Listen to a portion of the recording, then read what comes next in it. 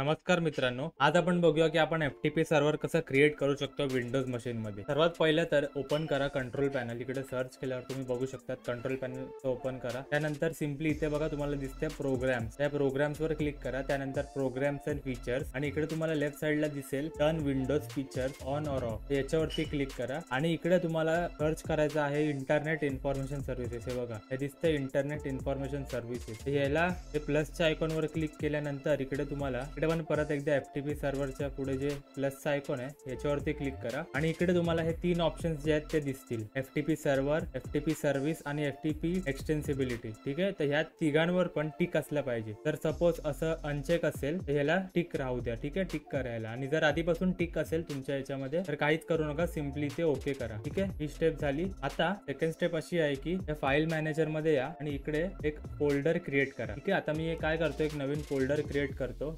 फोल्डरचं नाव देतो FTP shared. हा folder कशासाठी क्रिएट करतोय आपण, तर हा फोल्डर आपण शेअर करणार आहोत FTP चा यूज करून। आता या फोल्डर मध्ये तुम्हाला जे पण फाईल सेंड करायचे असतील ना FTP सर्व्हरचा यूज करून, ते फाईल्स याच्यामध्ये कॉपी करून ठेवा। आता मी एक्झाम्पल साठी ही गिटची जी फाईल आहे ती इथे कॉपी केली। ठीक आहे, त्यानंतर पायथनची एक फाईल पण कॉपी करून ठेवतो। याच्यामध्ये दोन फाईल जे आहेत ते मी पेस्ट करून ठेवलेले आहेत। ठीक आहे, तर आता मित्रांनो तुम्हाला इकडे सर्च करायचं आहे विंडोज मध्ये IIS, जे की असतं इंटरनेट इन्फॉर्मेशन सर्व्हिसेस। याला सिंपली मी रन ॲज ॲडमिन करतो। त्यानंतर इकडे बघा तुम्हाला लेफ्ट साइडला इथे खालती ड्रॉप डाऊन करायचं। त्यानंतर सिंपली साइट्स मध्ये येऊन राईट क्लिक करायचं। ठीक आहे, असं साइट्स आलं पाहिजे आणि साइट्स मध्ये आल्यावर इथे सिंपली राईट क्लिक करा। राईट क्लिक केल्यावर ऍड अ वेबसाईट आहे, त्यानंतर रिफ्रेश आहे, ऍड FTP साइट आणि स्विच कॉन्टेंट व्ह्यू। तर याच्यातून आपल्याला ऑब्विसली FTP साइट वर ऍड करायचंय। मी ते क्लिक करतो। आता इकडे तो आपल्याला साइटचं नाव विचारतोय, मी सिंपली असंच काहीतरी टाकतो FTP नाही माय सर्व्हर टाक, माय सर्व्हर।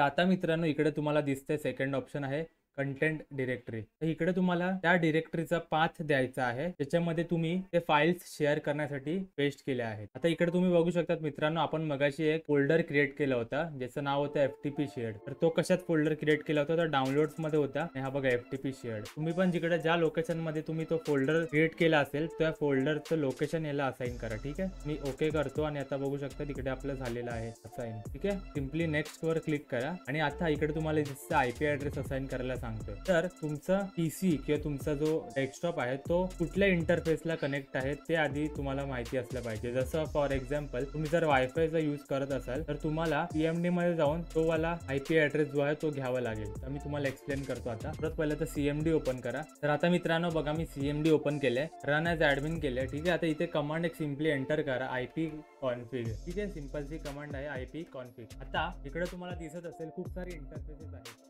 VM साठी एक आहे, त्यानंतर PC राउटर म्हणजे ब्रॉडबँड आहे, वायफाय। ठीक आहे, त्यानंतर इथरनेट आहे। आता सध्या मी वायफायचा वापर करतोय, इथरनेट केबल वगैरे काहीच कनेक्टेड नाही आहे। तर मी आता वायफायचा यूज करतोय म्हणून मी हा जो IP ॲड्रेस आहे 1.7 वायफायचा वायरलेस लॅन अडॅप्टरचा तो मी IP जो आहे तो इथे असाइन करणार आहे। ठीक आहे, तोच तुम्ही पण करा। जर तुम्ही इथरनेट करत असाल ना, इथरनेट यूज करत असाल तर इकडे तुम्हाला शो होईल इथरनेटच्या इथे हा जो IP शो होईल 142 तो वाला जो आहे तो तुम्ही यूज करा। ठीक आहे, तर मी इथे वायफाय करतो तर म्हणून मी 1.7 वाला इथे करतो। बघू शकतात माझा IP जो आहे हा वाला इकडे IPv4 जो आहे 1.7 आहे म्हणून मी इथे हा सिलेक्ट केलेला आहे। ठीक आहे, त्यानंतर पोर्ट तो ऑब्विसली 21 असणार आहे। त्यानंतर सिंपली इकडे तुम्हाला दिसतंय स्टार्ट FTP ऑटोमॅटिकली, त्यानंतर SSL तर नो SSL वर क्लिक करून सिंपली नेक्स्ट वर क्लिक करा। आणि इकडे ऑथेंटिकेशन साठी विचारतोय तर अनॉनिमस न ठेवता तुम्ही सिंपली बेसिक राहू द्या। आणि इकडे मला बघा आता ऑथोरायझेशन अलाउ साठी विचारतोय, तर तुम्ही ऑल युजर्स पण करू शकतात, पण मी काय करतो ना आता सिंपली एक युजर क्रिएट करतो इथे आपल्या ह्याच मशीन मध्ये। ठीक आहे, आणि मग त्याला आपण इकडे त्याचं नाव एंटर करू। ठीक आहे, तर मी आता ओपन करतो सेटिंग्स आणि आता इकडे तुम्हाला अकाउंट्स मध्ये जाऊन सिंपली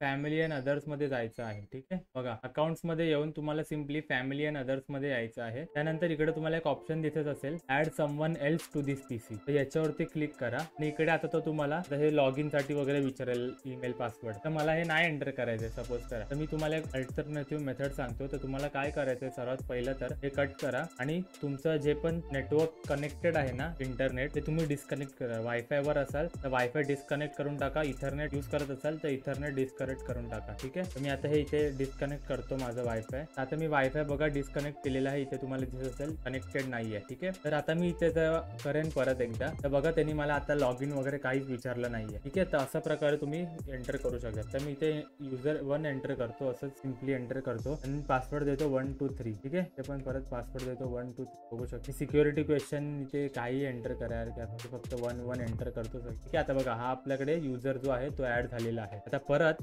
IIS मध्ये या आणि इकडे मी त्या युजरचं नाव एंटर करतो जे की होतं युजर 1. ठीक आहे, ते सिम्पली रीड राईटच्या परमिशन द्या आणि इकडे येऊन स्पेसिफाईड युजर्स युजर 1. ठीक आहे, सिम्पली फिनिश करूया. आता आपला जो आहे तो क्रिएट झालेला आहे सर्व्हर. ठीक आहे, तर आता आपल्याला काय करायचं आहे, तर तो जो आपला फोल्डर होता FTP शेअर्ड वाला त्याच्यामध्ये या. ठीक आहे, आणि सिम्पली त्यावर राईट क्लिक करून त्या फोल्डर वरती राईट क्लिक करून प्रॉपर्टीज वर क्लिक करा. प्रॉपर्टीज वर क्लिक केल्यानंतर सिक्युरिटी मध्ये जा. ठीक आहे, बघा इथे दिसते तुम्हाला सिक्युरिटी आणि सिक्युरिटी मध्ये आल्यावर सिम्पली एडिट वरती क्लिक करा. ठीक आहे, एडिट वर क्लिक केलं. आता इकडे तुम्हाला तो युजर ऍड करायचा आहे जो तुम्ही मगाशी क्रिएट केला होता. तर सिम्पली याच्यावरती ऍड वरती क्लिक करा आणि इकडे त्या युजरचं नाव एंटर करा. आता मी युजर 1 नावाचा युजर क्रिएट केला होता. तुम्ही जो युजर नेम दिला आहे तो युजर नेम इकडे एंटर करा आणि सिम्पली चेक नेम्स वरती क्लिक करा. आता बघू शकतात एक त्यांनी त्याला एक ID असाइन केला, एक ऍड्रेस असाइन केला. याचा अर्थ आपला युजर नेम सेम आहे आणि बरोबर आहे. ठीक आहे,